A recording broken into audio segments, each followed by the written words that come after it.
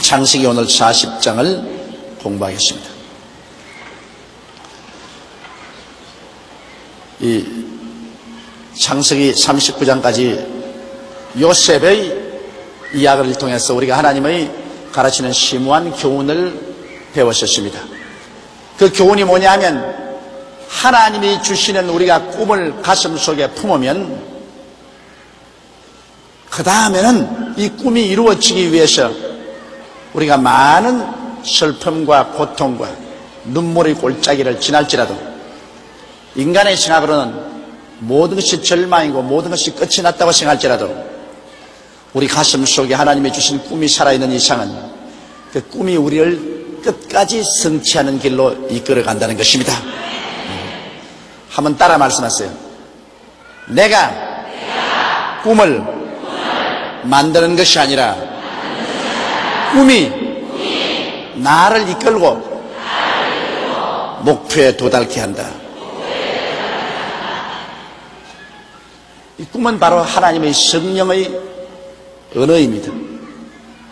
그렇기 때문에 꿈이 없는 백성은 망한다고 하는데 우리가 정말 하나님 성령께서 말씀을 통해서 우리 마음속에 많은 꿈을 줘요. 시시각각으로 하나님 우리 기도할 때 성령으로 우리 마음속에 많은 꿈을 줘요. 우리가 꿈을 간직하면 아무리 그 다음 우리 생애 속에 어려운 일이 다가와도 그 어려운 일 자체가 바로 꿈을 성취하는 것으로 이끌어가는 것입니다. 도저히 인간의 생각은 상상할 수 없는 그러한 방법으로 하나님께서 우리를 이끌어 가시는 것입니다. 요셉이 그 마음속에 꿈을 품었은지 그 형제들이 오히려 저 꿈쟁이가 어떻게 꿈이 이루어지는가 보자고 꿈을 파괴하려고 그를 잡아서 파는 것조차도 꿈을 이루는 것에 도움이 되고 말았던 것입니다. 그는 종으로 팔리고 억울한 누명을 덮어쓰고 감옥에 들어가고 또 배신을 당하고 그 여러 가지 일을 당했으나 그 꿈이 이루어지는 방향으로 걸어갔던 것입니다. 1절부터 보겠습니다. 그 후에 애굽 왕의 술 맡은 자와 뜻 굽는 자가 그 주 애굽 왕에게 범죄한지라. 바로가 그 두 관원장 곧 술 맡은 관원장과 뜻 굽는 관원장에게 노하여 그들을 시위대장의 집안에 있는 옥에 가두니 곧 요셉의 갇힌 곳이었더라. 이제 하나님의 역사가 시작하는 것입니다. 요셉은 억울한 누명을 덮어쓰고 시위대장의 뜰에 있는 감방에 갇혀서 외롭게 날을 지났는데 이제 희한하게 하나님의 역사가 도킹하는 것입니다. 애굽의 바로 왕의 떡장관과 술장관이 아마 모반을 계획했는지 모르겠습니다. 그것이 들통이 나가지고서 바로 왕의 굉장한 노를 사서 둘이가 시위대 감방에 갇히게 된 것입니다.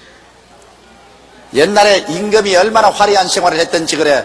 세상에 떡장관이 뭡니까? 떡장관. 밥하는 장관, 그리고 술 만드는 장관. 그 보면 옛날 독재자들이 어리어리하게 살았다는 것을 말하는 것입니다. 뭐 우리 오공비리는 뒤나가라. 그럴 정도로 옛날의 독재자들은 잘 살았습니다. 그런데 이 떡장관과 술장관이 제일 그래도 임금에게 갇혀 있습니다. 왜냐하면 임금이 지 뭐라고 해도 매일같이 밥은 3번 먹고 술도 3번 내지 4번 마시기 때문에 언제나 떡장관이 떡을 해서 바치고 또 술장관이 술을 해서 바치기 때문에 제일 같이 있었습니다. 그래서 이 떡장관과 술장관이 바로의 노를 사가지고서 시위대 뜰 감방으로 갇힌 것 그 자체가 이제 하나님의 섭리가 시작된 것입니다. 이래서 그래도 소위 이제 장관이니까 높은 자리에 있었으니까 시위대 뜰에 들어오자마자 보디발이 요셉을 하여금 그들에게 수종을 떨겠습니다. 그래서 아침, 점심, 저녁 그들을 수종해서 잘 섬기게 되었습니다. 사람은 여러분 이 세상에 살면서 우연히 우리 서로 만나고 우연히 헤어지는 것 같지만은 실상은 그렇지 않습니다. 우리 주를 믿는 사람은 모든 일에 하나님의 섭리가 그 배후에 있는 것입니다. 하나님께서 우연히 만나게 하는 것 같지만 실상은 우연히 만난 것도 아니고 또 우연히 헤어지는 것 같지만 우연히 헤어지는 것도 아닙니다. 그 배후에 하나님이 섭리해 주셔서 하나님의 뜻을 이루기 위해서 그렇게 하는 것입니다. 더구나 우리 예수 믿는 사람들은 우리 만나면 서로 기도해 주고 전도해 주고 그런 기도와 전도가 우연한 것 같지만은 그것이 동기가 되어서 열매를 맺고 그 영혼을 구원받고 하나님의 영광이 나타나는 이런 역사가 일어나게 되는 것입니다. 5절을 읽겠습니다. 옥에 갇힌 애굽 왕의 술 맡은 자와 떡 굽는 자 두 사람이 하룻밤에 꿈을 꾸니 각기 몽조가 다르더라. 이 하나님의 성령의 연사 가운데 계시의 연사가 있습니다. 이 계시의 연사는 대개 꿈이나 환상이나 묵시로 우리에게 오는 것인데요. 이 하나님의 계시의 연사는 지혜의 말씀의 연사, 지식의 말씀의 연사, 영분별의 연사 이 세 가지로 나타납니다. 근데 지혜의 말씀의 연사라는 것은 이 우리가 기도할 때 성령께서 우리 마음속에 아이디어를 주십니다. 인간으로서 생각하지 못한 희한한 아이디어를 마음속에 주신 것입니다. 그래서 우리가 여러 가지 문제를 당했을 때 이 문제를 어떻게 해결할까 큰 고민을 하고 있을 때 하나님께서 아이디어를 주시는데 그 아이디어가 잠을 잘 때 꿈에 너 이렇게 하면 된다는 그런 지시를 해 주신 것입니다. 이 꿈으로서 오는 그 하나님의 연사는 꿈에 여러분께서 잠을 주무실 때 그런 아이디어를 주시는 것은 그건 지혜의 말씀의 연사입니다. 또 지식의 말씀의 연사라는 것은 내가 도무지 알지 못하던 일을 꿈에 가르쳐 줍니다. 도둑놈이 들어올 것이라든지 너 물건 잃은 것이 어디에 있다든지 너 오늘 가면 누구를 만날 것이라든지 이러한 도무지 내 인간적으로는 알 수가 없는 것을 이렇게 미리 보여주는 것. 이것은 지식의 말씀의 연사입니다. 또 영분별의 연사는 꿈을 통해서 하나님의 역사가 일어나는지 그렇지 않으면 사탄의 일이 일어나는지 그것을 미리 하나님이 보여주신 것은 영분별의 연사인 것입니다. 이 특별히 하나님께서 이렇게 꿈을 통해서 계시를 많이 해주는 사람이 있어요. 그건 특별히 하나님께 은사를 받은 사람입니다. 우리 같은 사람은 꿈을 꾸면 꼭 까꿀로 해석해야 맞아요. 나는 아주 이상하게 꿈을 꾸어도 그 꿈 반대로 해석하는 것이 오히려 맞지 내 꿈은 안 맞아요. 그렇기 때문에 나는 내 꿈은 아예 그냥 무용지물로 생각을 합니다. 저는 자고 나서 어떤 꿈을 꾸어도 나는 개꿈이다, 무용지물이다 이렇게 생각하는데 우리 집 사람 꿈은 나는 꿈 꾸었다 하면 100% 믿습니다. 그는 25년여 동안 같이 살아온 동안에 내가 가만히 보니까 그 꿈꾼 것이 백발백중으로 맞더라고요. 하나님께서 그 계시를 꼭 그 계시를 옛날에 우리 어머니가 꿈을 잘 꾸더니만 또 그것도 며느리가 또 바통을 받아가지고서 또 며느리가 꿈을 잘 꿉니다. 그래가지고서 언제나 여보 나 꿈 꾸었어 하면 내 간이 철렁 내려앉습니다. 혹시 내가 뭐 잘못한 것도 다 하나님이 말해주는 거 싶어가지고서 무슨 꿈 꾸었어? 그 개꿈이지. 그런데 꿈을 말하는 거 보면은 보통 꿈이 아니에요. 그 대개 하나님이 하신 꿈은 주신 꿈은 똑 들으면 성경 읽는 것 같아요. 그 꿈 내용이 꼭 성경 읽는 것 같아요. 그와 같이 여러분 이 하나님께서는 꿈을 통해서 우리에게 말씀하실 때가 굉장히 많습니다. 왜냐하면 이 평소에는 우리 혼이 너무 살아있기 때문에 하나님 말씀하려도 우리에게 이 접촉이 안 돼요. 우리가 너무 이 세상 문제에 관해서 관심을 가지기 때문에 접촉이 안 되는데 잠을 잘 때는 혼이 잠을 자니까 하나님은 영에게 직접 말씀을 할 수가 있는 것입니다. 그래서 이 구약에 보면은 하나님께서 꿈을 통해서 지혜의 말씀이나 지식의 말씀이나 영분별을 해준 적이 대단히 많습니다. 그런데 자, 요셉이 꿈을 잘 해석을 하는 사람이니까 이제 떡장관, 술장관을 반역을 더 하게 하고 난 다음에 감옥에 들어와서 요셉으로 시중 들게 하고 난 다음에 이 사람들에게 하나님이 꿈을 주시겠습니다. 그러므로 하나님의 섭리란, 여러분 희한합니다. 하나님의 섭리라는 것은 우리 사람의 보기에는 모든 것이 낭패라고 생각하는데 그 낭패조차도 하나님의 뜻을 이루는 수단이 되는 것입니다. 그래서 이제 요셉이 그들에게 물어봤습니다. 아침에 요셉이 들어가 보니 그들에게 근심빛이 있는지라 요셉이 그 주인의 집에 자기와 함께 갇힌 바로의 관원장에게 묻되 당신들이 오늘 어찌하여 근심빛이 있나이까? 사람이 근심하면 얼굴이 어두워져요. 사람이 마음에 즐거우면 얼굴이 빛이 나요. 얼굴이 환하면 아, 마음에 즐거움이 있구나. 얼굴이 캄캄하면 마음에 근심이 있구나. 이 사람의 마음속의 심령의 그 상태가 그 육체의 모습에 대만히 나타납니다. 요사이 미국에는 이 마음과 육체는 하나로 연결되어 있다는 논리를 가지고서 그 이학적인 병 고치는 것이 활발히 연구되어 있습니다. 요사이 미국의 센세이션이 이건 뭐 성경은 우리 옛날부터 이미 가르치고 있는데 마음의 기쁨은 양약이라도 마음의 근심은 뼈로 썩게 한다.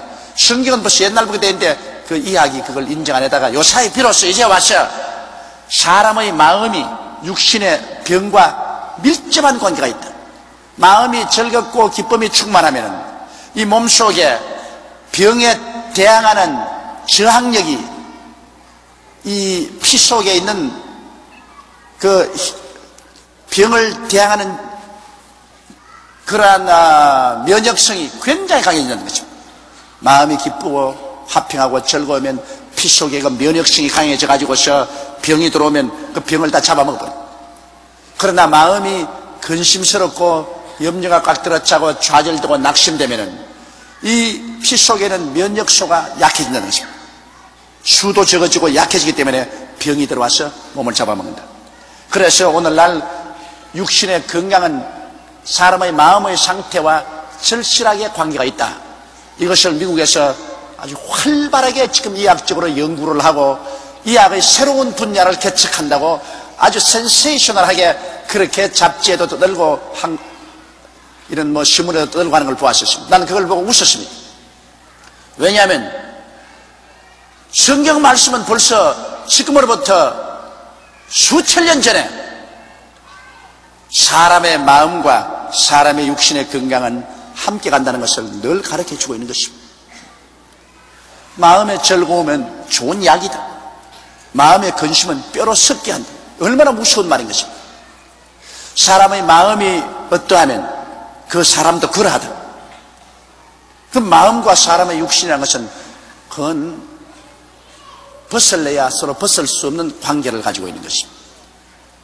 그러므로 이 장관들이 꿈을 꾸었는데 이 꿈이 심상치 않은 꿈을 꾸고 나니까 마음의 근심이 꽉 들어찼습니다. 이게 무슨 잘못된 흉조가 아닌가. 그러니까 자동적으로 그만 몸의 신진대사가 그 마음에 눌려가지고서 얼굴에 수심이 꽉 들어차고 얼굴에 빛이 없고 캄캄합니다. 저도 무슨 영분별이 있어서 그런 게 아니라 강단에 서서 여러분 이렇게 하면 쓱 내려보면 아하, 저분은 근심이 있구나. 저분은 고통이 있구나. 저분은 좋은 일이 생겼구나. 대만이 알아요. 그것도 가차해 보는 것보다 멀리서 보면 환하게 들여다 보인다고. 얼굴이 환한 사람하고 얼굴이 캄캄한 사람하고 뭐 아주 대조가 되는 것입니다. 요셉이 이 떡장관과 술장관의 그 얼굴을 보고 난 다음 얼굴이 색깔이 좋지 않은지라 물으셨습니다. 당신들은 오늘 어찌하여 근심빛이 나이까? 그들이 그에게 이르되 우리가 꿈을 꾸었으나 이를 해석할 자가 없도다. 요셉이 그들에게 이르되 해석은 하나님께 있지 아니하니까 청컨대 내게 고하소서. 이 꿈 잘 해석하는 은사를 받은 사람이 있어요. 그래서 하나님께서 그 은사를 주셔서 요셉에게 꿈을 해석할 수 있도록 그렇게 해주신 것입니다. 술 맡은 관원장이 그 꿈을 요셉에게 말하되 가로되 내가 꿈에 보니 내 앞에 포도나무가 있는데 그 나무에 세 가지가 있고 싹이 나서 꽃이 피고 포도송이가 익었고 내 손에 바로의 잔이 있기로 내가 포도를 따서 그 즙을 바로의 잔에 짜서 그 잔을 바로의 손에 들었노라. 요셉이 그에게 이르되 그 해석이 이러하니 세 가지는 사흘이라. 지금부터 사흘 안에 바로가 당신의 머리를 들고 당신의 전직을 회복하리니 당신이 이왕의 술 맡은 자가 되었을 때 하던 것 같이 바로의 잔을 그 손에 받들게 되리이다. 당신이 득이하거든 나를 생각하고 내게 은혜를 베풀어 내 사정을 바로에게 구하여 이 집에서 나를 건져주소서. 나는 히브리 땅에서 끌려온 자요 여기서 옥에 갇힐 일은 행치 아니하였나이다. 자, 술장관은 참 멋있는 꿈을 꾸었었습니다. 하나님께서 좋은 몽조를 술장관에게 주었습니다. 그는 요셉을 보고 내 꿈은 바른 것이 아니라 내 앞에 포도나무가 쫙 생겨나더니만 포도나무에서 세 줄기가 생겨나고 그 세 줄기에서 꽃이 피더니만 탐스러운 포도가 주렁주렁 열린지라 내가 바로가 마시는 잔을 가지고서 그 포도를 따가지고서 그 포도즙을 짜가지고서 바로에게 드리니까 바로가 마시더라. 요셉이 가만히 있더니만 얼굴에 빛이 반짝반짝 나고 생글생글 웃더니만 탁 무릎을 치면서 그 굉장히 좋은 길조입니다. 당신 술장관이니까 술은 포도나무에서 만드니까 세 가지가 났다는 것은 그건 사흘을 말하고 그리고 당신이 다시 바로의 포도잔을 들고서 그 포도의 열매를 짜서 바로에게 드렸다는 것은 사흘 후에 당신이 복권되어 가지고서 다시 술장관이 되어서 바로에게 술을 짜서 바치게 되겠습니다. 그러고 난 다음에 이제 요셉이 이제 자기 이제 또 인간적인 부탁을 합니다. 보십시오. 인간적인 부탁을 해도 하나님이 같이 안 계시면 소용이 없습니다.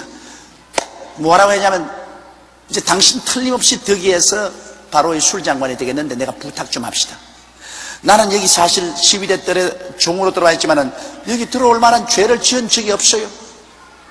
난 12대장 보디발의 아내의 억울한 무고를 당했어. 누명을 덮으시고 이곳에 들어왔는데 사실은 이곳에 들어와서 내가 감옥에 갇혀서 썩을 일은 한 적이 없습니다. 그러므로 임금님을 만나거든 임금님에게 내 사정을 호소해 주어서 나로 하여금 이 감옥에서 좀 나오게 해 주십시오.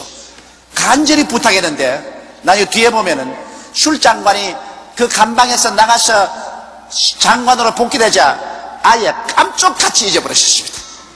그것도 뭐 하루 이틀 잊어버린 게 아니라 2년 동안 잊어버렸습니다. 2년 동안.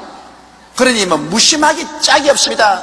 부탁을 하고 난 다음 2년 동안 아무 소식이 없는 것은 그 부탁이 소용이 없다는 것입니다. 사람이 아무리 부탁을 해도 하나님이 같이 계시지 아니하면 사람의 부탁이 효과가 없다는 것입니다. 그러므로 여러분 뭘 부탁하거들랑 꼭 기도를 하세요. 하나님이 그 부탁하고 같이 하셔야지 하나님이 같이 하지 않은 인간의 부탁은 사라집니다. 이 술장관이 얼마나 은혜를 얻었습니까? 그럼에도 불구하고 그는 감쪽같이 잊어버렸습니다. 자, 술장관의 그 좋은 길몽을 보고 떡장관이 용기가 생겼습니다. 그러면 우리 같이 감방에 들어갔으니까 나도 좋은 일이 있겠다. 그래서 그는 말했습니다. 떡 굽는 관원장이 그 해석의 기람을 보고 요셉에게 이르되 나도 꿈에 보니 흰떡 새 광주리가 내 머리에 있고 그 윗광주리에 바로를 위하여 만든 각종 구운 식물이 있는데 새들이 내 머리의 광주리에서 그것을 먹더라. 이게 이제 절단입니다. 바로가 먹었으면 좋은데 왜 새가 와서 먹습니까? 요셉이 대답하여 가로되 그 해석은 이러하니 새 광주리는 사흘이라. 지금부터 사흘 안에 바로가 당신의 머리를 끊고 당신을 나무에 달리니 새들이 당신의 고기를 뜯어 먹으리이다 하더니, 자, 이 해석을 들었으니 이 사람 벌써 사흘이 되기 전에 죽었어. 자기는 좋은 해석 줄 알고 내 꿈도 좀 해석해줘요. 내 머리에 떡을 새 광주리를 만들어서 였는데 그 위에 바로가 먹는 여러 가지 음식을 만들었는데 새들이 와서 먹더라. 아까 이 술장관은 바로의 잔을 따라서 바로 왕에게 바쳤다고 하시니까 그건 좋은 것이지만은 바로가 만든 음식으로서 바로에게 바쳐야 되겠는데 새들이 와서 먹으니까 그 머리는 항상 떡을 만들어서 이곳서 바로에게 가던 머리인데 그게 새들이 먹으니까 그것은 사흘 만에 광주리 셋은 사흘이에요. 그리고 새들이 와서 먹더라는 것은 목이 잘려서 매달아 놓으면 새들이 와서 그 고기를 뜯어 먹을 것이라고 말한 것입니다.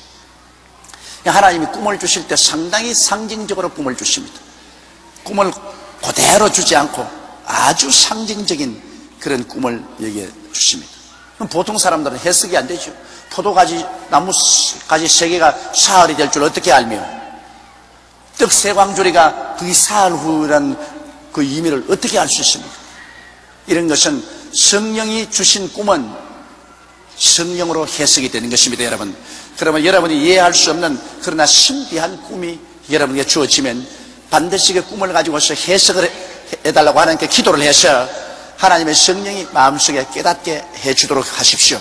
자기 마음대로 인간적으로 해석하면 안 됩니다.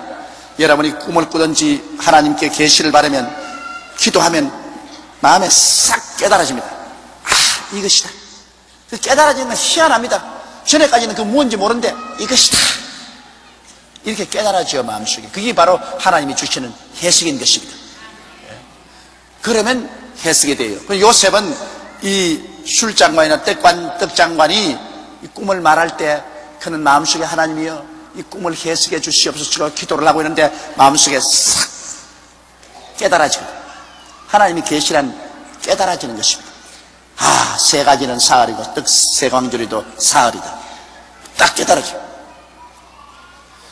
오늘날 또 하나님께서는 우리에게 정말 여러 가지로 말씀하기를 원하시고 계십니다. 왜냐하면 하나님은 살아계시고 우리는 하나님의 자녀인데 하나님께서 우리에게 미리 얼마나 말씀하기를 원하지 않겠습니까? 그런데 우리가 너무 세상에 취해가지고서 영적인 음성을 듣지 못합니다. 하나님은 영이시라 예배하는 자가 신령과 진정으로 예배할지라 했는데 우리는 육에 속해가지고서 무엇을 먹을까 무엇을 입을까 무엇을 마실까를 늘 생각하고 감각적인 존재로서 눈에 보고 귀로 듣고 코로 냄새 맡고 입으로 맛보고 손으로 만지는 것에 너무 집중해가지고서 영적으로 하나님과 교제를 하질 않습니다. 그래서 하나님께서 말씀을 잘 하지 못하셔요. 하나님께서 여호수아에게 말씀하기를 네가 주야로 나의 율법책을 묵상하고 거기에 있는 것을 다 행하면 네가 어디로 가든지 형통하려고 말합니다. 그건 왜냐? 율법책이란 성경을 말하는데 성경은 하나님이 계시거든요. 주야로 성경을 그냥 읽으라고 말하셨습니다. 주야로 성경을 묵상하라 했습니다. 묵상을 통해서 하나님이 말씀하시거든요. 그냥 읽는 것은 그냥 쫙쫙 그냥 읽어 나가니까 하나님이 미처 말씀할 여가가 없어요. 묵상이라는 것은 하나님 말씀을 읽고 가만히 있어서 하나님의 음성을 듣는 것이 묵상인 겁니다. 내가 하나님 말씀을 읽고 난 다음 그 말씀을 마음속에서 부글부글 이렇게 끌어올리면서 가만히 쉬면 하나님이 내게 말씀을 해주시는 것입니다. 그러므로 우리는 묵상하는 시간을 많이 가야 돼. 그냥 확 읽어 나가지 말고 성경을 읽고는 내 마음에 부딪히는 말씀이 있으면 그 말씀을 가지고 일단 읽는 것을 중지하고 그 말씀을 다시 되풀이해서 생각하고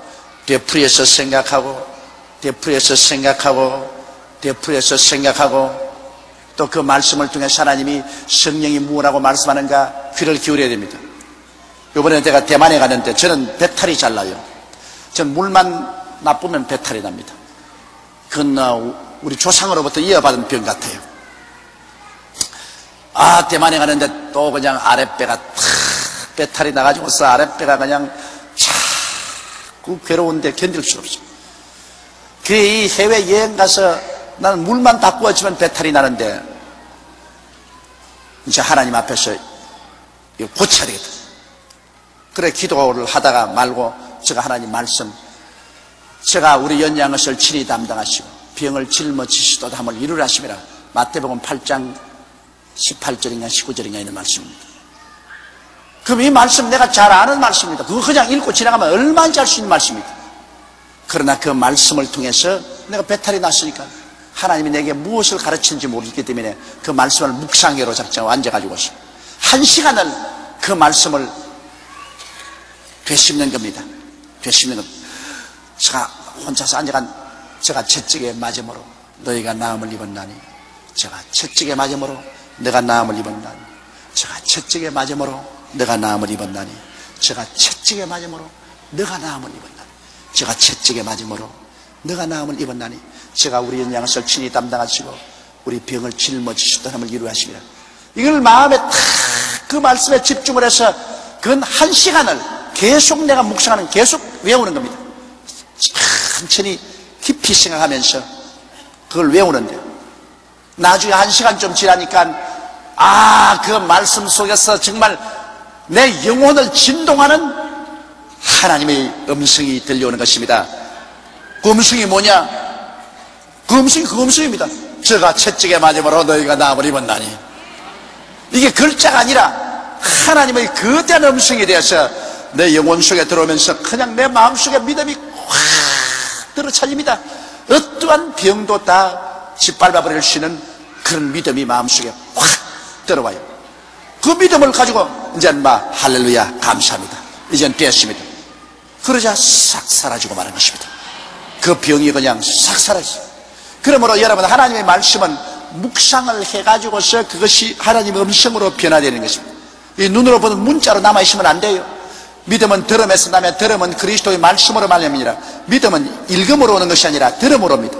그러므로 눈으로 읽고 난 다음에 이것을 자꾸 반복해서 영혼 속에 들려와야 돼요. 내 영혼 속에. 믿음은 들음에서 나며 내 영혼 속에 말씀이 들려와야 됩니다. 그러면 그것이 믿음이 돼요. 여러분, 오늘 이 교회에 오셔서 저희 성경 강해를 들으시는 중에도 그냥 내 음성을 육신의 귀로 듣고 육신의 귀로 흘리면 그 믿음으로 안 돼요. 그러나 이것이 여러분의 영혼 속에 들려지게 되면, 여러분 성령으로 영혼 속에 들려지면 이것이 여러분에게 큰 믿음으로 변화되는 것입니다. 이러므로 성경 말씀, 좋은 말씀을 여러분 성경을 쫙 읽고 나가다가 그냥 내 마음속에 탁 부딪히는 그 말씀이 오면은 일단 성경에 있는 것을 그치고 그 말씀을 가지고 묵상을 꼭 하십시오. 묵상을 10분 하든지 30분 하든지 시간이 있으면 1시간 하든지 다른 데 건너가지 말고 그 말씀을 또 되씹고 또 되씹고 또 되씹고, 그것을 되씹는데 입으로 조용한 말로서 하는 게 좋습니다. 큰 소리 하지 말고 또 아무 말도 안 하면 안 돼요. 내 귀에 들릴만하게, 내 귀에 들릴만하게 예수 그리스도의 은혜를 너희가 알거니와 제가 부유하신 자로서 너희를 위하여 가난하게 되시면 저희 가난하심으로 인하여 너희로 부유케 하려 하시리라. 고린도후서 8장 9절. 이런 말씀 같은 건 하나하나 자꾸 여러분 되씹어서 말하면서 귀로 들으면서 묵상을 하면 나중에 가난에 대한 것을 정복하고 우리 주 예수 그리스도의 축복을 내가 소유할 수 있는 믿음이 마음속에 가득해집니다. 그러면 그 믿음을 받아가지고서 그 다음 기도하는 겁니다. 주여 믿습니다. 가난을 다 물리쳐버리고 저주를 물리쳐버리고 주님이 축복해 주옵소서. 그 믿음을 가지고 그 믿으면 기도하면 그 하늘 보좌가 진동한다고요. 먼저 말씀을 묵상해서 그 말씀을 가지고 내 믿음을 얻고 난 다음에 그 믿음의 바탕에 서서 기도를 하는데, 보통 사람은 그러지 않고 말씀도 보지 않고 묵상도 하지 않고 마음에 믿음도 안 생기는데 그저 자꾸 와서 입술로 가지고서 주야 하고 고함을 칩니다. 그건 애만 섰지 믿음으로 하지 않은 모든 것이 죄인이라고 말하셨습니다. 믿음으로 해야지 믿음으로 하지 않은 것이 무슨 효과가 있습니까? 그러므로 반드시 하나님께 기도하는 것은 먼저 말씀을 묵상하고 그 말씀을 통해서 마음속에 믿음을 얻고 그 말씀이 주는 믿음을 바탕으로 해가 하나님께 기도하면 그 놀라운 역사가 일어나게 되는 것입니다. 이러므로 성령이 주시는 깨달음은 바로 묵상을 통해서 오는 것입니다. 자, 20절에 보면 제3일은 바로의 탄일이라. 바로 3일이 바로의 생일이었습니다. 바로가 모든 신하를 위하여 잔치할 때 술 맡은 관원장과 떡 굽는 관원장으로 머리를 그 신하 중에 들게 하니라. 바로의 술 맡은 관원장은 전직을 회복하며 그가 잔을 바로의 손에 받들어 드렸고, 떡 굽는 관원장은 메어 달리니 요셉이 그들에게 해석함과 같이 되었으나 술 맡은 관원장이 요셉을 기억지 않고 잊었더라. 하나님의 때가 안 오면 사람의 힘으로 아무리 해도 소용이 없어요. 이 사람 일찍이 그 기억을 하고 있어도 소용이 없어요. 하나님께서 바로 술 맡은 관원장과 떡 맡은 관원장이 꿈을 꾸고 그 요셉이 해석하도록 하는 것이 하나님 섭리인데, 해석을 듣고 난 다음에 그것을 기억나지 않고 잊어버리게 하는 것도 하나님의 역사인 것입니다. 하나님의 때에 기억나게 해야 돼요. 요사이 대학교 이제 입시가 얼마 안 남았으니까 부모들이 사성결단이요. 그래서 그냥 애들을 그냥 강제로 새벽에 데리고 와서 내게 기도를 받으러 오고 막 그러는데, 어떤 사람 말하기를 그 기도받는다고 무슨 효과가 있냐? 지 공부를 열심히 해야지 뭐 공부 다 해놓고 난 다음에 뭐 기도한다고 효과가 있냐? 물론 공부를 열심히 해야 돼요. 그런데 아무리 공부를 열심히 해도 그날 시험지 딱 가지고 연필 딱 뜨면 아예 벽창호 같이 머리가 딱 막힐 때가 있습니다. 기억이 안 나요. 평소에 공부한 것이 기억이 안 나요. 그럼 망하는 거예요. 이렇게 요셉이 술장관에게 붙었는데, 여러분 애굽에서 장관 좀 되려면 그것도 머리가 꽤 높은 사람이 장관이 돼요. IQ가 높은 사람이 장관이 되는데, 그렇게 꿈을 해석해서 감옥에서 나갈 만큼 충격을 받은 체험을 하고도 깜짝같이 잊어버리거든. 하나님이 기억해 주실 때야 기억이 나는 거예요. 그렇기 때문에 여러분 자녀들이 학교 입학시험 공부를 했으면 열심히 기도해 줘야 돼요. 왜냐하면 시험장에 가서 시험지 펼쳐놓고 연필 들었을 때 기억나게 해 주셔야 해요.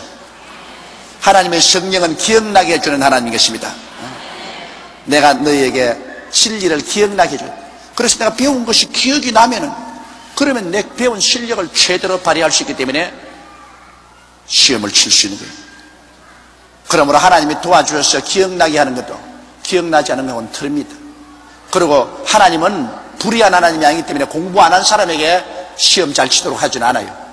그것은 마치 농부가 씨앗을 심지 않은데 거둘 것을 생각하는 것과 같습니다. 아무리 기도해도 벼를 심어야 벼가 나고 콩을 심어야 심는, 심은 것은 하나님이 잘 나도록 얼마나 도와줄 수 있습니다. 그러나 심지 않은 것은 도와줄 수 없어요. 공부도 평소에 부지런히 열심히 해놨는데 그건 하나님이 얼마든지 성령으로 도와주셔서 기도해주면 그걸 도와주셔서 그것이 열매 맺게 해주지만, 전혀 공부도 안 하고 땡땡 놀고 난 다음에 최걸렁 목사처럼, 평양신학교 최걸렁 목사, 친구들은 다 내일 시험 친다고 열심히 기숙사에서 공부하는데 자기는 신학교 뒷산에 올라가서 밤새도록 철야 기도를 하고 난 다음에 아침에 와서 시험지를 득당하니까 뭐 아무것도 모르겠어. 그냥 큰 소리로 성령님도 역시 시험에는 절절 매는군. 성령님이 절절 매는 것이 아니라 자기가 하나도 안 심었는데 뭘 성령님이 거두게 해주세요. 뭘 머릿속에 좀 심어놔야지. 그래야 성령님도 도와주시죠. 다른 친구들은 밤새도록 시험 잘 치라고 공부하는데 자기는 밤새도록 산위에 올라가서 내일 시험 잘 치게 되려고 철야기도 하고 난 다음에 와서 보니 뭐 까막눈이지 뭐 까막눈. 알탱이 뭐요. 하나님은 법칙을 어겨서 일하지 않습니다. 사람이 무엇으로 심든지 그대로 거두리라. 심어놓으면 때가 오면 거둡니다. 그러므로 요셉이 바로 떡장관과 술장관의 꿈을 해석하는데 그 꿈 해석하는 것이 바로 씨앗입니다. 술장관 속에 심어졌습니다. 요셉이 꿈을 잘 해석하더라. 이 경험이 심어졌어요. 그러면 심어진 것은 이제 나중에 때가 오면 돌아가는데 그 돌아가는 기간이 2년 걸렸습니다. 2년. 41장을 보십시다. 만 2년 후에 바로가 꿈을 꾼 적 자기가 하숙했었는데, 자, 이건 전부 꿈판입니다. 꿈판이에요. 그러나 사람에게 하나님이 예수 안 믿는 사람에게는, 더구나 안 믿는 사람에게는 꿈을 통해서 말한다. 그러니까 예수 안 믿는 사람도 희한한 꿈을 꾸지 않아요. 하나님 말씀해 주는 것입니다. 믿는 사람은 성경을 통해서도 말씀하고 기도할 때도 말씀을 할 수 있지만 안 믿는 사람은 성경도 안 보고 기도도 안 하기 때문에 하나님이 안 믿는 사람에게는 꿈을 통해서 말할 수밖에 없습니다. 자, 요셉은 그날 이후로 감옥에서 365일 봄, 여름, 가을, 겨울이 지나가고 또 365일 봄, 여름, 가을, 겨울이 지나갔습니다. 2년 동안 감방에서 요셉은 그대로 시들어지고 있는데 이제는 아무 소식도 없습니다. 그는 탄식을 하고 세상에 술장간 이렇게 무전하오. 내가 그렇게 시중을 들고 꿈까지 해석해 주는데 그런 나를 잃을 수가 있어. 그러나 그 2년 동안 하나님은 요셉은 더 깨어지게 만들고 더 기도하고 신령하게 만들고 하나님은 때를 기다린 것입니다. 때를 기다렸다가 2년 후에 때가 오매 만 2년 후에 바로가 꿈을 꾼 적 자기가 하숫가에 있었는데 나일 강변에 있었다는 것입니다. 아름답고 살찐 7 암소가 하수에서 올라와서 갈밭에서 뜯어먹고 그 뒤에 또 흉악하고 파리한 다른 7 암소가 하수에서 올라와서 그 소와 함께 하숫가에 썼더니 그 흉악하고 파리한 소가 그 아름답고 살찐 7 소를 먹은지라 바로가 곧 깨었다가 자 이게 흉한 꿈 아닙니까? 다시 잠이 들어 꿈을 꾸니 한 줄기에 무성하고 충실한 7 이삭이 나오고 그 위에 또 새약하고 동풍에 마른 7 이삭이 나오더니 그 새약한 7 이삭이 무성하고 충실한 7 이삭을 삼킨지라 바로가 깬 적 꿈이라 아침에 그 마음이 번민하여 보내어 애굽의 술객과 박사들을 모두 불러 그들에게 그 꿈을 고하였으나 그것을 바로에게 해석하는 자가 없었더라. 이거 아주 의미심장한 꿈을 꾸었습니다. 그리고 하나님께서요 확실하게 이루어질 것은 언제나 2번 연급해 꾸게 하는 것입니다. 두 숫자는 정인의 숫자거든요. 그러므로 예수님께서도 전달합을 할 때 둘씩 보냈습니다. 2 숫자는 바로 증거인의 숫자인 것입니다. 그러므로 하나님께서 확실하게 우리에게 말씀하려고 할 때는 2번 연급해 말씀하시는 것입니다. 그런데 바로가 꿈을 꾸었는데 이 꿈이야말로 참 비상한 꿈입니다. 저 나일 강변에 섰는데 보니까 아주 살이 찌고 툭실툭실한 7마리의 소가 올라와서 나일 강변에서 그냥 풀을 와싹와싹 뜯어먹는데 보기 좋습니다. 근데 얼마 있자다가 보니까 아예 그냥 말라서 등가죽이 그냥 배에 붙어있는 흉악한 소 7마리가 올라와서 풀만 먹는 것이 아니라 그 살찐 소 7마리를 다 잡아먹고도 그대로 흉악한 대로 남아있습니다. 그 잠에 깼습니다. 여러분 하나님이 주시는 계시의 꿈은요 깨고 난 다음에도 생시와 같습니다. 그냥 밤에 밥을 많이 먹고 그냥 너무 막 지쳐서 꾼 꿈은 이거는 막 혼몽 중에 구워서 깨고 나도 그게 그건지 모릅니다. 그러나 하나님이 주신 꿈은 초롱초롱해요.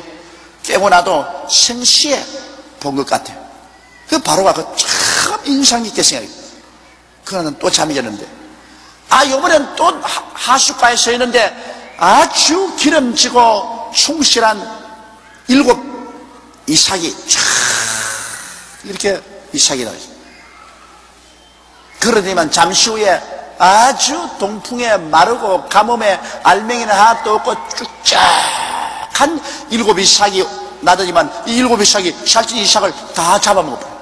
다 잡아먹고도 그대로 쭉쭉하게 남아있습니다. 아주 뚜렷이 봤습니다. 아침에 잠에서 깨고 났는데 그는 실제로 나일 강변에 가서 직접 보고 온 것처럼 기억이 초롱초롱합니다. 그러니까 이건 계시의 꿈이거든요. 계시의 꿈은 여러분이 계시의 꿈이 오면은 아주 초롱초롱합니다. 하나님이 틀림없이 이거는 실제로 내가 꿈을 안 꾸고 본 것처럼 기억 속에서 사라지지 않습니다. 그런 게 계시 꿈입니다.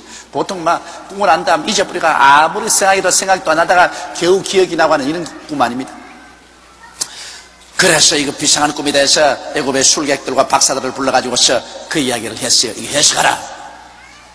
하나님이 주신 꿈은 하나님의 성령이 깨닫게 해주시지 사람의 힘으로 해석이 되나요? 그러니까 뭐 술객과 박사들이 입이 벙벙해가지고서 그건 무슨 말인지 모르겠습니다. 이제 그럴 때 이때를 위해서 하나님이 술장관, 떡장관을 반역을 하게 해가지고서 시위대 뜰에 들어오게 한 것입니다. 자, 하나님은 여러분 급하지 않습니다. 그걸 잊지 마세요. 요셉은 당장 감옥에서 나올 줄 알았는데 하나님은 급하지 않습니다. 2년 동안 기다렸어요. 하나님은 천년이 하루 같고 하루가 천년 같습니다. 하나님의 일을 여러분 너무 다급하게 생각하지 마십시오. 하나님은 꾹 참고 하나님 하는 일을 기다려야 되는 것입니다. 무슨 일인지 하나님 일은 꾹 참을 줄 알아야지 조급하면 안 되는 것입니다. 2년 후에 이 바로가 이 꿈을 꾸고 난 다음 이 꿈을 해석을 못해서 그래서 바로의 심기가 좋지 않아 온 바로 왕궁에 긴장이 돌고 소문이 쫙 났습니다. 바로가 희한한 꿈을 꾸고 해석을 하는데 해석을 못함으로 심기가 싸나워져 가지고서 오늘 바로에게 결제받으러 갔다가는 박살난다고 오늘 바로 앞에는 조심하라 이런 소리가 났습니다. 술 맡은 관원장이 바로에게 고하여 가로되 내가 오늘날 나의 허물을 추억하나이다. 바로께서 종들에게 놓아서 나와 떡 굽는 관원장을 시위대장의 집에 가두셨을 때 나와 그가 하룻밤에 꿈을 꾼 적 각기 징조가 있는 꿈이라. 그곳에 시위대장의 종된 히브리 소년이 우리와 함께 있기로 우리가 그에게 고하며 그가 우리의 꿈을 풀되 그 꿈대로 각인에게 해석하더니 그 해석한 대로 되어 나는 복직하고 그는 메어 달렸나이다. 자, 바로 이 술장관의 마음에 심어준 요셉의 해석이 이것이 사기 돋는데 2년 걸렸다고요. 2년 걸렸어요. 당장 사기 난 것도 있겠지만은 2년 걸렸어요. 바로가 꿈을 해석 못해서 절절매니까 확 기억이 나거든. 그렇다. 내가 깜짝 잊었구나. 이럴 수가 있냐. 그 요셉 소년이 내 꿈을 해석해 준 게 2년 전 아니었나. 어떻게 내가 이렇게 감쪽같이 잊어버릴 수가 있느냐. 야, 이걸 고해야 되겠다. 그래서 바로 왕에 가서 꿈 해석자라는 요셉에 대한 이야기를 했었습니다. 이에 바로가 보내어 요셉을 부르매 그들이 급히 그를 옥에서 낸지라. 요셉이 곧 수염을 깎고 그 옷을 갈아입고 바로에게 들어오니 이러니 하나님이 같이 계신 사람은 절대로 망하지 않습니다. 하나님이 같이 계신 사람은 세상 사람이 다 발길로 차고 무시하고 심지어는 감옥에 집어넣고 영원히 거기서 썩으라고 해도 하나님이 썩히지 않은 사람은 썩지 않습니다. 하나님이 높이는 사람 낮출 수 없고요. 하나님이 낮춘 사람 높일 수 없습니다. 하나님이 택한 사람 멸망할 수도 없고요. 하나님이 구원한 사람 지옥도 못 가는 것입니다. 이 우주의 주권자는 하나님이십니다. 감히 절대 주권자 하나님을 누가 대적합니까? 여러분이 다 구원받아서 이 추운 날 이 교회에 와서 이렇게 앉아 계신 것 여러분이 왔다고 생각하면 큰 오해입니다. 실제는 만세 만대 전에 해와 달과 별들도 생기기 전에 이 세상의 시간도 생기기 그 이전에 이미 하나님이 당신 생각 속에서 여러분을 보신 거로 여러분을 택하사 하나님이 자녀가 되도록 예정해 놓았기 때문에 이 마지막 때 하나님께서 성령으로 부르셔서 오늘 또 여러분 하나님이 불러서 온 것인 것입니다. 여러분이 자신이 신앙이 조화가 왔다고 생각하는 건 오해요. 하나님이 부르셨기 때문에 그 하나님의 부르심이 마음속에 있기 때문에 마음속에 격동이 돼가지고서 교회 가야지 만사를 쫓겨내고 교회 가야지 그러고 온 거예요. 그게 하나님 불러서 온 것입니다. 이러므로 하나님이 우리를 붙잡고 있으면 아무도 우리를 못 빼앗아가. 예수께서 뭐라고 말하십니까? 너희를 내게 주신 이는 만유보다 크심에 내 손에서 빼앗을 자가 없나니라. 여러분 다 하나님이 만세전에 택해서 예수님에게 주어놨기 때문에 예수님 손에서 누가 빼앗아간단 말입니까? 무슨 마귀가 빼앗아가요? 어림없는 소리 하지 마십시오. 일단 하나님의 택하심을 받아 중생한 사람은 지옥 안 갑니다. 인생을 살아가는 동안에 좀 뜨거웠다가 식었다가 하는 것은 있지요. 발걸음이 좀 흐트러져서 이렇게 갈짓자 걸음을 걸을 때도 있지요. 그러나 그것은 얼마 가지 아니하고 하나님 손에 딱 잡혀있기 때문에 반드시 천국에 가는 것입니다. 그러므로 요셉은 하나님이 돌보시는 사람이라 형들이 팔고 또 보디바라의 아내가 무고를 해가지고서 엄청나게 고난을 당하고 시비대들에 갇히고 술장관이 은혜 받은 것 다 잊어버리고 2년 동안에 모른 체하고 그랬지만 이게 모두가 다 합쳐서 유익이 되는 것은 왜 2년 동안 기다렸나? 2년 동안 기다린 이유는 여러분, 옛날에 중동에서 남자가 세상에 출세해서 일을 시작하는 나이가 30살입니다. 30살이에요. 그런데 술장관에게 꿈을 해석해 줄 때가 요셉의 나이 몇 살이냐? 28살입니다. 30살이 안 됐기 때문에 나이 차도록 하나님이 기다렸다고 했죠. 예수님도 30이 되심에 요단강에 와서 세례를 받으시고 그리고 공생애를 시작했습니다. 그 중동의 남자가 공생애를 시작하는 것, 그것이 30살부터 출발한 것입니다. 그러니까 하나님께서 이 30살이면 잘 하나님이 신임하는 그런 나이인 것입니다. 그 나이를 기다린다고 하나님께서 2년 동안 기다렸지 요셉이 미워서 2년 동안 기다린 것은 아닌 것입니다. 그러므로 하나님은 다 일을 하시되 때를 따라 아름답게 하십니다. 예수님 보고서 가나의 혼인잔치에서 그 어머니가 와서 이 집에 포도주가 떨어졌다 할 때 말하셨으면 예수님께서 여자여 나와 무슨 상관이니까 내 때가 아직 이르지 아니하였나이다. 주님께서 기적을 행해도 딱 타이밍을 맞춥니다. 타이밍 맞춰서 하는 것입니다. 그렇기 때문에 우리는 하나님의 때를 기다릴 줄 알아야 됩니다. 성급하면 안 돼요. 성급하면 절대 안 돼요. 하나님의 때를 기다려. 어떤 때는 신속히 다가오고 어떤 때는 늦게 다가옵니다. 하나님의 때를 기다려야 돼요. 모세는 40에 이스라엘을 구원하려고 하셨으나 하나님 때가 안 왔으므로 못했죠. 그러나 80이 되니까 하나님의 때가 왔습니다. 하나님 때가 오니까 80된 모세가 이스라엘을 인도해냈었습니다. 여러분, 모든 우리의 기도는 하나님께 상달되고 난 그 즉시로 하나님은 때를 만드는 것입니다. 그 때를 여러분 기다리세요. 아주 덩직하게 기다리면 반드시 하나님은 때가 오매 이루시는 것입니다. 그래 요셉이 30살이 딱 되자 때가 오매 하나님께서 이제는 바로에게 또 꿈을 주어서 꿈 해석자라는 요셉을 이제는 불러내게 된 것입니다. 바로가 요셉에게 이르되 내가 한 꿈을 꾸었으나 그것을 해석하는 자가 없더니 들은즉 너는 꿈을 들으면 능히 푼다더라. 요셉이 바로에게 대답하여 가로되 이는 내게 있는 것이 아니라 하나님이 바로에게 평안한 대답을 하시리이다. 요셉 참 겸손하고 좋은 사람입니다. 내가 꿈 좀 문제 없어요. 말하세요. 이랬더니 쥐가 영광을 다 받고 말이죠. 요셉은 겸손하지 않습니까? 나는 꿈 해석 못해요. 꿈 해석은 하나님 아버지께 있어요. 하나님이 바로 임금에게 좋은 해석을 주실 것입니다. 우리는 언제나 하나님 중심으로 하셔야 됩니다. 모든 것은 하나님이 하시는 일이지 우리가 하는 일 아닙니다. 그러면 우리 자신을 자랑해서는 결코 안 되는 것입니다. 바로가 요셉에게 이르되 내가 꿈에 하숫가에 서서 보니 살찌고 아름다운 7 암소가 하숫가에서 올라와 갈밭에서 뜯어먹고 그 뒤에 또 약하고 심히 흉악하고 파리한 7 암소가 올라오니 그같이 흉악한 것들은 애굽 땅에서 내가 아직 보지 못한 것이라. 그 파리하고 흉악한 소가 처음의 7살찐 소를 먹었으나 먹은 듯 하지 아니하여 여전히 흉악하더라. 내가 또 곧 깨었다가 다시 꿈에 보니 한 줄기에 무성하고 충실한 7 이삭이 나오고 그 위에 또 새약하고 동풍에 마른 7 이삭이 나더니 그 새약한 이삭이 좋은 7 이삭을 삼키더라. 내가 그 꿈을 술개에게 말하였으나 그것을 내게 보이는 자가 없느니라. 그래서 바로가 자기가 꾼 꿈 그대로를 요셉에게 설명을 했습니다.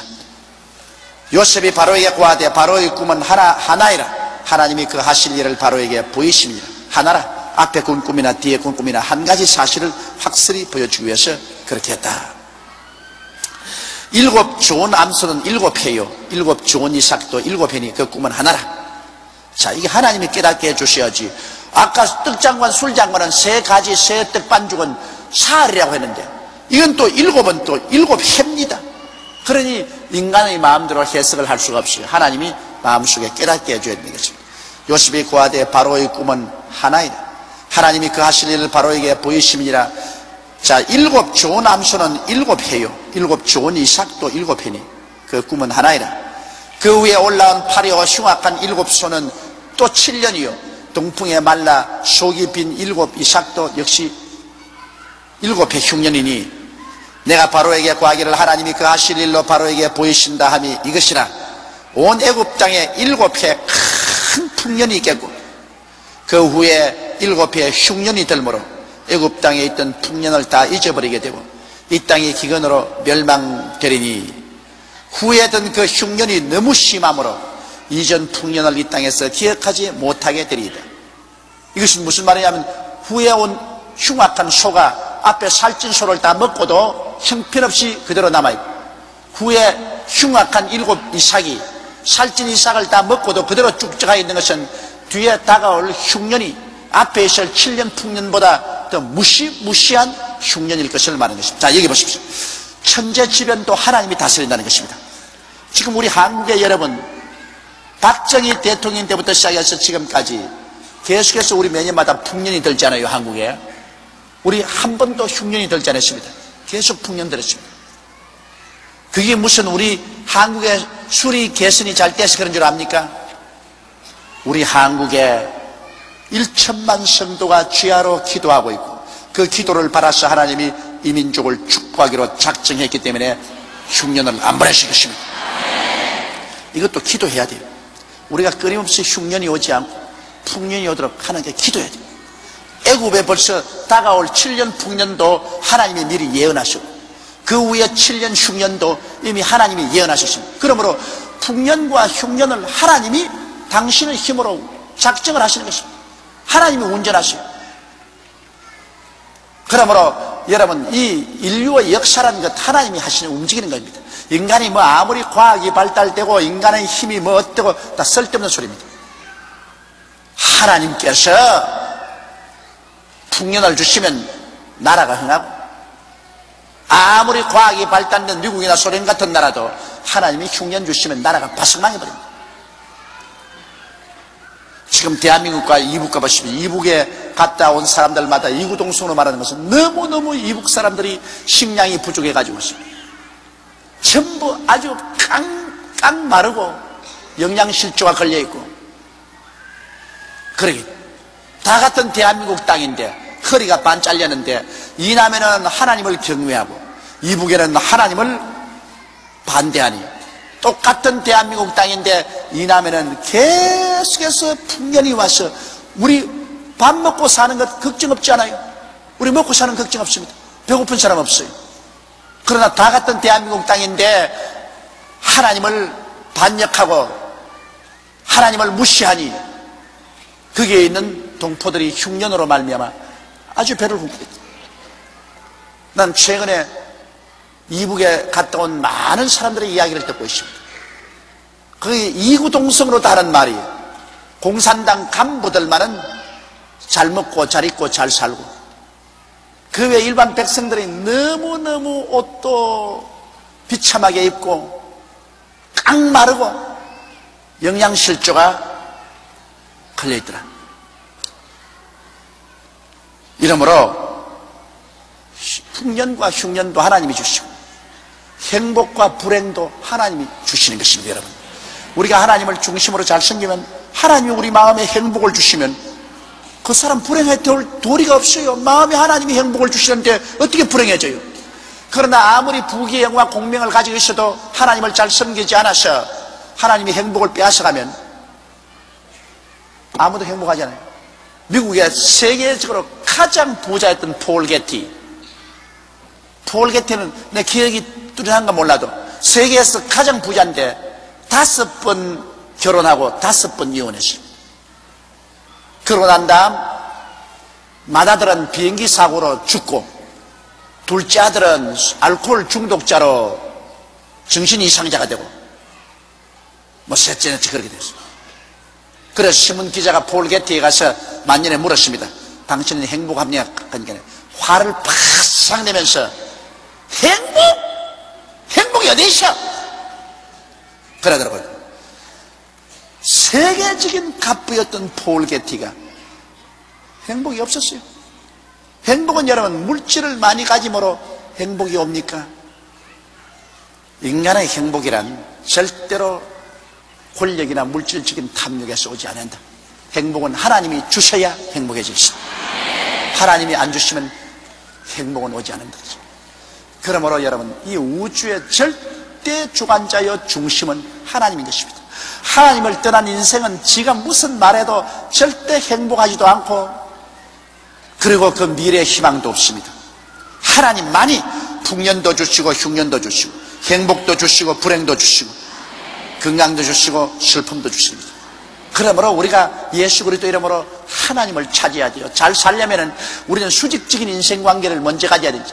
위로 하나님을 찾아야지. 그러면 수평적인 인생관계는 해결이 되는 것입니다.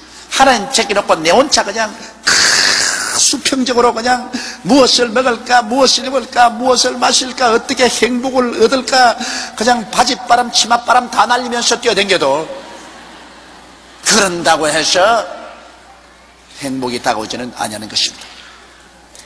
그러므로 하나님께서 인간의 역사와 운명을 좌우한다는 것을 여기에 뚜렷이 볼 수 있습니다.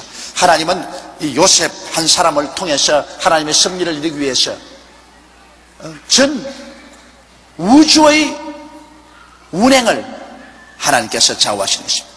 하나님이 한 사람을 위해서 이런 큰 일을 하신 것입니다.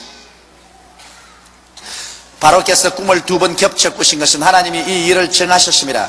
속히 행하시리니 이제 바로께서는 명철하고 지혜 있는 사람을 택하여 애굽 땅을 치리하게 하시고, 바로께서는 또 이같이 행하사 국중에 여러 관리를 두어 그 7해 풍년에 애굽 땅의 5분의 1을 거두되 그 관리로 장차올 풍년의 모든 공물을 거두고 그 공물을 바로의 손에 돌려 양식을 위하여 각 성에 적치하게 하소서.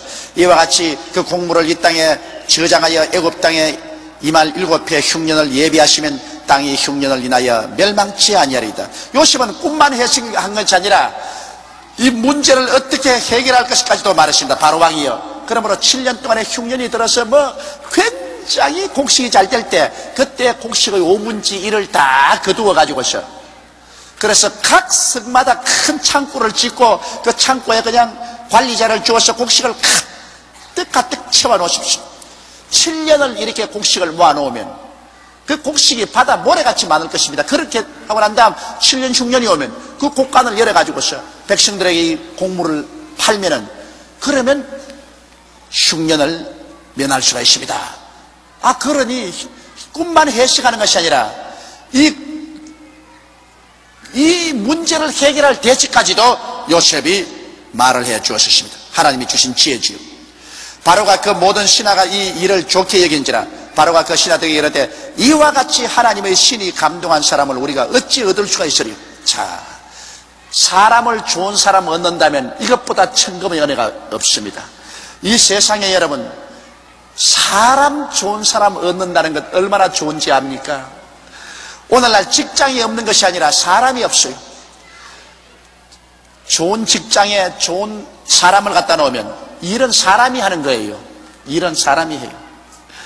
인생을 사는데 한 여인의 생에는 남편 잘 만나야 행복하고, 또 남편은 부인 잘 만나야 행복하고, 사업하는 사람은 그 사업의 동력자를 잘 만나야 그 사업이 잘 되는 겁니다. 흥하고 망하는 것 사람 따라오는 것입니다. 그렇기 때문에 성경은 복 있는 사람은 이라고 말했지, 복 있는 나라는, 복 있는 땅은 그렇게 말했어요. 사람 잘못 만나면 화를 만나고, 사람 잘 만나면 복이 오는 것입니다. 그러니 이 바로가 이런 요셉 같은 사람을 내가 어떻게 하면, 그 사람 알아줘야 돼. 보디발 집에는 요셉을 알아주지 못하고서 그를 감옥에 쳐넣었지만은 바로는 사람 보는 눈이 있었습니다. 하나님의 신의 감동을 받고 이렇게 지혜로운 사람 도대체 어디 있겠는가. 그래서 요셉에게 이르되 하나님이 이 모든 것을 내게 보이셨으니 너와 같이 명철하고 지혜 있는 자가 없도다. 너는 내 집을 치리하라. 내 백성이 다 내 명철에 내 명을 복종하리니 나는 너보다 높음이 보좌뿐이라. 바로가 또 요셉에게 이르되 내가 너로 애굽 온 땅을 총리하게 하노라 하고 자기의 인장 반지를 빼어 요셉의 손에 끼우고 그에게 세마포 옷을 입히고 금사슬을 목에 걸고 자기에게 있는 버금술에 그를 태우매 무리가 그 앞에서 소리 지르기를 엎드리라 하더라. 바로가 그로 애굽 전국을 총리하게 하시더라. 사람 팔자 시간 문제다. 이거 감옥에서 총리 대신이 되시니 그를 감옥에 집어넣었던 시위대장 보디발이 이제는 누구의 부하가 되느냐? 요셉의 부하가 됐어요. 그러니 보디발의 부인이 얼마나 코가 닭발로 빠지지 않겠습니까? 자기가 무고를 해가지고서 남편이 고발해서 감옥에 넣은 그 요셉이 감옥에서 총리로 올라앉았으니 이제 총리 각하 앞에 시위대장 보디발과 그 집안 식구들이 전부 무릎을 꿇고 절을 하게 되었으니 참 사람 팔자란 알 수가 없는 것입니다. 사람이란 참 알 수가 없어요. 더구나 요셉같이 종으로 팔려온 사람이, 감옥에 죄수로 들어간 사람이 총리 될 줄 누가 알았어요?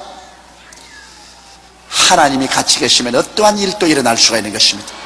하나님이 같이 안 하시면 이런 일은 절대 일어날 수 없어요. 그러나 하나님이 같이 계시니까 이런 어마어마한 일이 일어난 것입니다. 그래서 애굽의 국무총리가 되었고, 요셉이 13년 전에 꾸었던 그 꿈이 하나도 없이 다 이루어졌습니다. 그 꿈이 이루어지는 과정이 기구했지만은 그 꿈이 마음에 간직되어 있는 이상 그 꿈은 어떠한 환경을 통해서도 목표에 도달하게 만들어주는 것입니다. 여러분이 마음에 꿈을 품으십시오. 꿈이 여러분을 끌고 갈 것입니다. 바로가 요셉에게 이르되 나는 바로라 애굽 온 땅에서 내 허락 없이는 수족 놀릴 자가 없으리라고 정권을 받았습니다. 그가 요셉의 이름을 사브낫바네라 하고 또 온 제사장 보디베라의 딸 아스낫을 그에게 주어 아내를 삼게 하니 요셉이 나가 애굽 온 땅을 순찰하니라. 이제는 국무총리도 되고 또 이제 아내도 얻어서 결혼도 하고 요셉이 정말 축복의 정상에 올랐습니다. 요셉이 애굽 왕 바로 앞에 설 때 30세라. 보십시오. 나이 30세가 되어야 하나님은 이제는 완전한 책임을 지고 일할 수 있는 사람으로 이렇게 세워진 것입니다.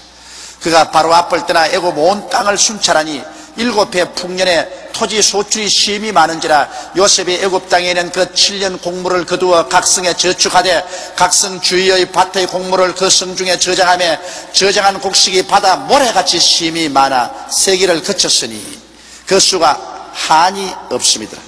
얼마나 풍년이 들어서 곡식이 잘 됐던지 그 곡식을 이제는 나중에는 그 섬을 셀 수가 없어요. 그만큼 풍년이 들었습니다. 그 다음에 흉년이 들기 전에 요셉에게 두 아들을 낳되 곧 온 제사장 보디베라의 딸 아스나시 그에게 낳은지라 요셉이 그 장자 이름을 므낫세 잊어버렸다 그 말입니다. 잊어버렸다는 것은 원한을 다 잊어버렸다 그 말인 것입니다. 고향 삼천 떠나서 아버지 그립고 형들이 자기를 팔은 그 원한의 슬픔, 이 모든 고통을 이제 하나님 축복 가운데서 다 잊었다. 과거는 다 청산했다. 이제 과거는 다 잊었다. 그래서 그 아들의 이름을 므낫세라 했습니다. 여러분 이걸 볼 때 요셉이 얼마나 그 마음속에 고통이 쌓였다는 것을 볼 수 있습니다. 17년의 객지 생활에 한없이 아버지가 그립고 집이 그립고 그리고 형들에 대한 그 괘씸한 생각, 그 원한스러운 생각이 마음속에 늘으시는데 자기가 잘 되면 잊어버릴 수 있습니다. 국무총리가 되고 결혼도 하고 첫 아들 낳으니까 이제는 다 잊었다. 므낫세다. 이제는 과거 다 잊었다. 하였으니 하나님이 나로 나의 모든 고난과 나의 아비의 온 집 일을 잊어버리게 하셨다며 차자의 이름을 에브라임이라 하였으니 하나님이 나로 나의 수고한 땅에서 창성하게 하셨다 함이더라. 하나님이 수고한 땅에서 크게 창성했다. 그러므로 하나님이 하시는 일은 그것인 것입니다. 하나님은 우리의 과거의 모든 슬픔과 원한을 잊어버리게 하시고 하나님은 우리에게 장성한 축복을 주시기를 원하시는 것입니다. 바로 요셉에게 섭리한 것이 이 하나님의 역사입니다. 우리 예수 믿는 사람은 끝이 좋다 그 말인 것입니다. 예수 믿는 사람은 아무리 처음이 좋아도 끝이 나쁠 때가 많은데 우리 예수 믿는 사람은 끝이 좋습니다. 처음은 나빠도 끝이 좋아요. 그것이 하나님이 우리에게 베푸신 선하신 은총인 것입니다. 애굽 땅에 7해 풍년이 그치고 요셉의 말과 같이 7해 흉년이 들기 시작하며 각국에는 기근이 있으나 애굽 온 땅에는 식물이 있더라. 애굽 온 땅이 주림에 백성이 바로에게 부르시어 양식을 구하는지라 바로가 애굽 모든 백성에게 이르되 요셉에게 가서 그가 너희에게 이르는 대로 하라 하니 흉년이 들어 먹을 것이 없으니 나라 임금에게 먹을 것 달라고 백성이 아우성치니까 임금은 걱정할 것 없어. 그런 좋은 총리 대신이시니 임금이 뭘 걱정해서 요셉에게 가거라. 요셉이 다 알아서 해줄 것이다. 온 지면에 기근이 있으며 요셉이 모든 창고를 열고 애굽 백성에게 팔세, 애굽 땅에 기근이 심하며 각국 백성도 양식을 사려고 애굽으로 들어와 요셉에게 이르렀으니 기근이 온 세상에 심함이었더라. 그래서 하나님은 요셉을 통해서 미리 예비하셔서 그렇게 큰 기근이 다가와도 기근을 능히 이기고 나갈 수 있게 만드는 것입니다. 여기서 다시 한번 여러분, 하나님이 우리에게 보여주신 것은 하나님은 야훼 일에 예비하는 하나님이신 것입니다. 한번 따라 말씀하시죠. 야훼 일에 예비하시는 하나님. 하나님은 미리 아시는 거로 미리 예비하십니다. 하나님은 요셉을 통해서 애굽 땅에 흉년이 올 것을 미리 아시는 거로 풍년을 먼저 주어서 예비를 해놓고 흉년을 이기게 하시는 것입니다. 우리가 하나님을 중심으로 섬기고 나가면 우리가 환난을 안 당한다고는 말할 수 없어요. 우리에게 환난도 다가오고 시험도 다가오고 고통도 다가오고 괴로움도 다가옵니다. 다가와요. 그러나 반드시 환난 당하고 시험 당할 쯤에 하나님이 피할 길을 내사 너희로 능히 이기게 하시느니라. 하나님은 우리가 알지 못한 사이에 다 예비해 놓습니다. 그거 다 회복하고도 남음 있도록 하나님이 미리 예비해 놓는 것입니다. 그러므로 예수 믿는 사람들은 하나님 중심으로 내가 살고 하나님 뜻을 받들고 살았었으면 어떤 일이 다가와도 하나님은 그에 대해서 미리 예비해 놓았다는 것을 알아야 되는 것입니다. 눈에는 정가 안 보이고 귀에는 소리 안 들리고 손에 잡히는 것 없어도 좋습니다. 성경은 하나님이 자기를 사랑하는 자를 위해서 예비해 놓은 모든 것은 눈으로 보지 못하고 귀로 듣지 못하고 마음으로도 생각지 못했다는 것 같음이라 했습니다. 인간으로서는 도저히 이해할 수 없어요. 그러나 시간이 지나가면 착착 하나님이 예비하신 손길이 나타나기 시작하는 것입니다. 이러므로 우리는 예비하는 하나님과 함께 살게 될 때 얼마나 큰 기쁨을 가지고 살 수 있는지 모르겠습니다. 그렇기 때문에 욕심낼 필요 없어요. 하나님 예비의 쉼을 따라서 우리가 살아야지. 인간의 탐욕이 들어와서 욕심을 내다가는 아담과 하와처럼 하나님 예비한 데 순리로 살지 않고 억지로 탐욕을 내다가는 하나님께 버림당하고 일신을 망치는 일이 얼마나 많습니다. 인생은 탐욕을 가지고 살지 말아야 돼. 인생은 순리로 살면 하나님이 다 예비해 놓고 하나님이 우리를 이끌어 주시는 것입니다.